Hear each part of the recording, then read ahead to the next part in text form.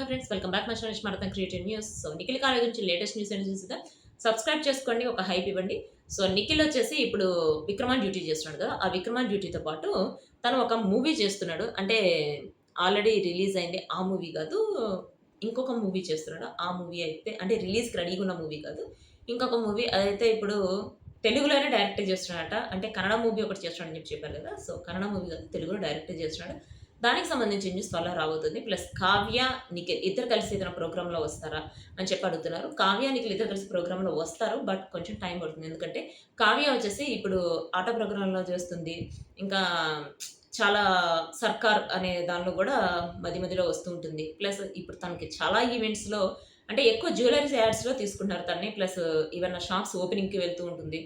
ఎక్కువ photo shoots తీయించుకుంటుందనమాట. ఇంతకుముందు కావ్యకి, ఇప్పుడు కావ్యకి చాలా డిఫరెన్స్ ఉంది. నేను ఫోటోస్ పెడుతున్నా చూడండి. మీకు డిఫరెన్స్ కనిపించదా కదా, నాకు కామెంట్ చేయండి. సో, ఇక్కడ మనకు కావ్య, నిఖిల్ గురించి కంటే తనూజ, కళ్యాణ్ ఉన్నారు కదా! తనూజ, కళ్యాణ్‌ని వాళ్ళిద్దరు కలిసి వస్తే అసలు చూడాలని చెప్పి చాలామంది అనుకుంటున్నారు.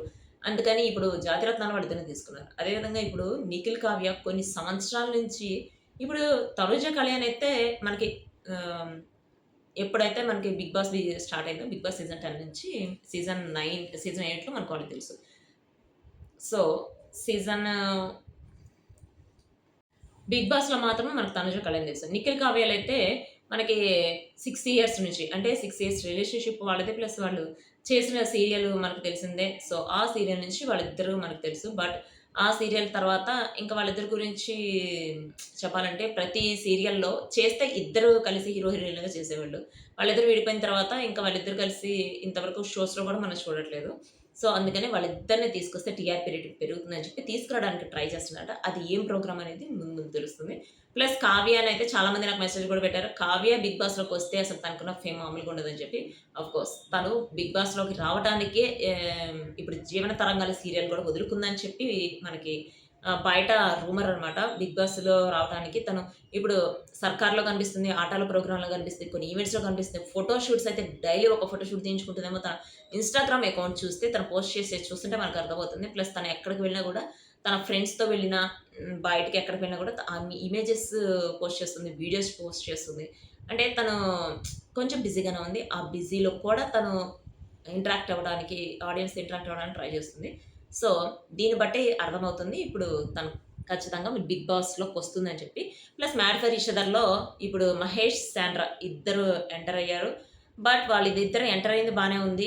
మనకి 'నటరాజ్ మాస్టర్', 'నీతు' వాళ్ళిద్దరూ సెట్ అయ్యారు. అంటే ఇంతకుముందు వాళ్ళిద్దరూ కొంచెం అగ్రెషన్‌తో ఉండి, వాళ్ళకి ఓటు వేయలేదని చెప్పి, మన 'ప్రియాంక', 'శివ్' వీళ్ళకి ఓటేసారని చెప్పి అట్లా కొంచెం డిస్టర్బెన్స్ ఉంది. ఇప్పుడు అలా డిస్టర్బెన్స్ లేకుండా వాళ్ళిద్దరూ సెట్ అయ్యారు. అందరూ వాళ్ళని అంటే 'నీతు' వచ్చేసి 'నటరాజ్ మాస్టర్‌ని' కోపాన్ని తగ్గిస్తుందంటారు. అసలు ఆఫ్‌కోర్స్ ఇప్పుడు 'ప్రియాంక', 'శివ్‌లో' కూడా 'శివ్' కోసం కోపాన్ని 'ప్రియాంక' తగ్గిస్తుంది. బట్ ఇప్పుడు తనకున్న ఇంజ్యూరీ వల్ల తను అంటే గేమ్స్ ఆడలేకపోతున్నాడు. ప్లస్ ఇవాళ పెట్టిన ఒక గేమ్‌లో లెగ్‌లు పైకెత్తి అంటే దాని మీద బాల్ బ్యాలెన్స్ చేయాలి. ఆ బాల్ బ్యాలెన్స్ చేసేటప్పుడు తనకి తెలియకుండా ఆటోమేటిక్‌గా బాల్ కిందకి మూవ్ అయిపోయిందట. సో, అట్లా మూవ్ అయిపోవడం వల్ల ఇంకా ఇప్పుడు ఎపిసోడ్ చూస్తుంటే అర్థమవుతుంది. తను అంటాడు, "నాకు తెలియకుండానే ఇట్లా అయిపోతుంది. దేవుడెందుకు కావాలని ఇలా చేస్తున్నాడు" అని చెప్పి. ఆఫ్‌కోర్స్ అంటే ఎవరికైనా కాలు ఇంజ్యూర్ అయినప్పుడు కొంత సేపటి వరకే అది చేయగలుగుతుంది.